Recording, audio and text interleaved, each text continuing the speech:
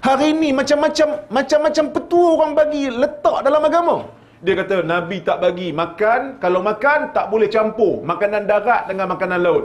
Dia ustaz mengajar, dia mengajar kat surau, dia kata tuan-tuan tak boleh campur. Lain kali kalau pergi kedai jangan duk order tom yum campur. Tak apalah kalau tom yum. Nak buat kenduri kahwin, tuan-tuan nak buat kenduri kahwin, masak ayam masak apa? Ayam masak merah kan? Ke Penang kari? Ayam masak merah kan? Ayam masak merah ada belacan tak? Belacan laut. Ayam darat. Hari ni orang kempen semak status hadis sebelum sebarkan. Satu kempen yang baik. Ada orang tak buat hati. Dia ceramah, dia tak buat homework. Dia ceramah, dia tak semak. Dia sebut apa yang nak sebut, dia sebut. Main sebar. Ni masalah.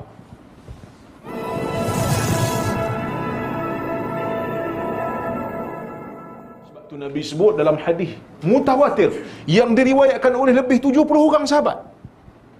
70 lebih sahabat dengar hadis ni. Nabi kata apa? Man kadzaba alayya muta'ammidan falyatabawwa maq'adahu minan nar. Dalam riwayat yang lain Nabi sebut, inna kadhiban alayya laysa kakadhibin ala ahad. Fa innahu man kadzaba alayya muta'ammidan falyatabawwa maq'adahu minan nar. Dusta atas nama aku tak sama macam dusta atas nama orang lain.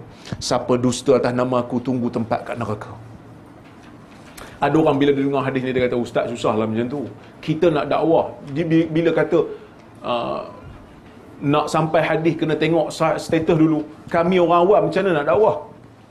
Kami orang awam bukan tahu hadis sahih tak sahih. Lama-lama ustaz akan menyebabkan orang lari daripada hadis. Kita kata bukan masalah tu.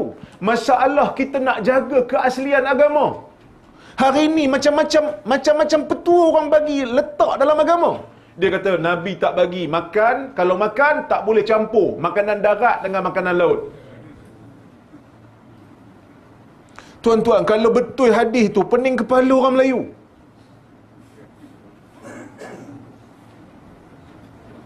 Ada ustaz mengajar, dia mengajar kat surau, dia kata tuan-tuan tak boleh campur. Lain kali kalau pergi kedai jangan duk order tom yum campur. Tak apalah kalau tom yum. Nak buat kenduri kahwin, tuan-tuan nak buat kenduri kahwin, masak ayam masak apa? Ayam masak merah kan? Ke Penang kari? Ayam masak merah kan? Ayam masak merah ada belacan tak?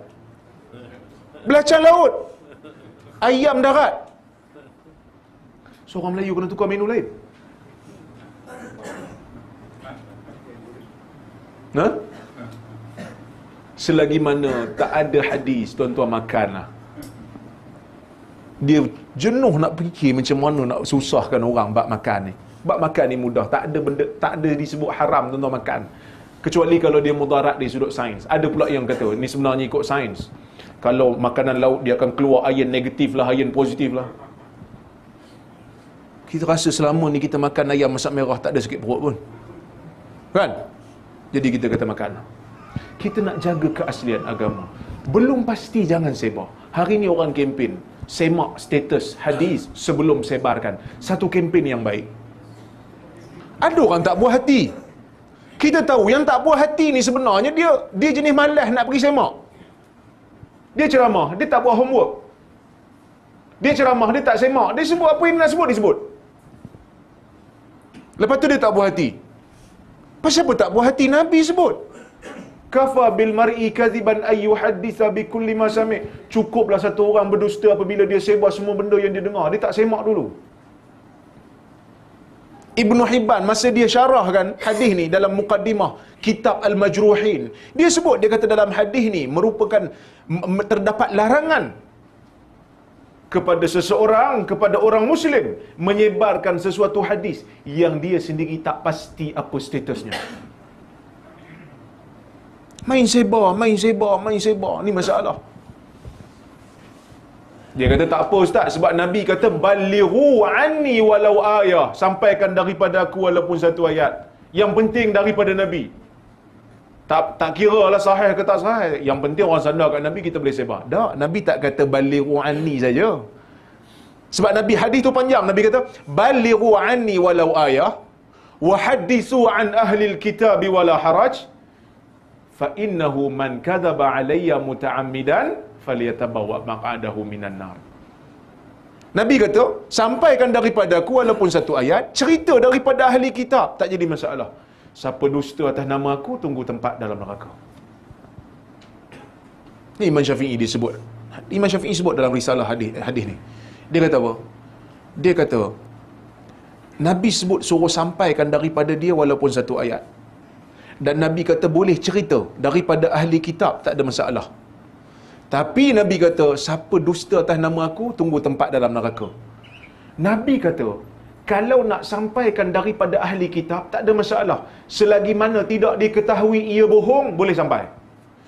Tapi bila bab hadis, Nabi kata, siapa dusta atas nama aku, tunggu tempat dalam neraka.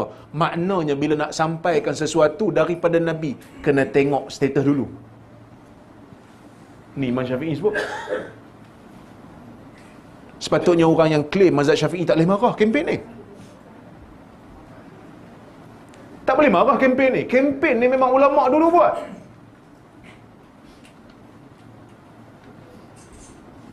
Man haddasa anni hadisan yura annahu al-kadhib fahuwa ahadul kadhibain. Sesiapa yang membaca daripada aku satu hadis nampak macam bohong, dia salah seorang daripada pembohong. Dia baca hadis, orang kata bohong ni, dia salah seorang. Walaupun dia kata bukan saya reka, saya sampai aja. Tak, engkau termasuk sekali dalam senarai pembohong. Siapa kata? Bukan Rozaimi kata. Nabi kata. So sebab tu tuan-tuan, kempen ni kita kena teruskan. Ada 2-3 orang pelajar-pelajar, sahabat-sahabat saya daripada Madinah, tengah belajar di Madinah, duk lancarkan kempen ni di Facebook. Satu kempen yang baik. Tuan-tuan tanyalah orang yang belajar hadis, dia akan setuju. Inilah tabiat orang belajar hadis, memang dilatih. Dengar satu hadis, dia akan tanya, siapa riwayat? Tipikal orang belajar hadis. Mesti dia akan tanya, siapa riwayat?